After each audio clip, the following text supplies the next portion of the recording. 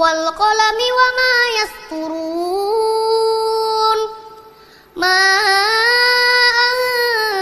أنت بنعمة ربك بمجنون وإن لك لأجرا غير ممنون وإنك لعلى خلق عظيم فستبصر ويبصرون بأيكم المفتون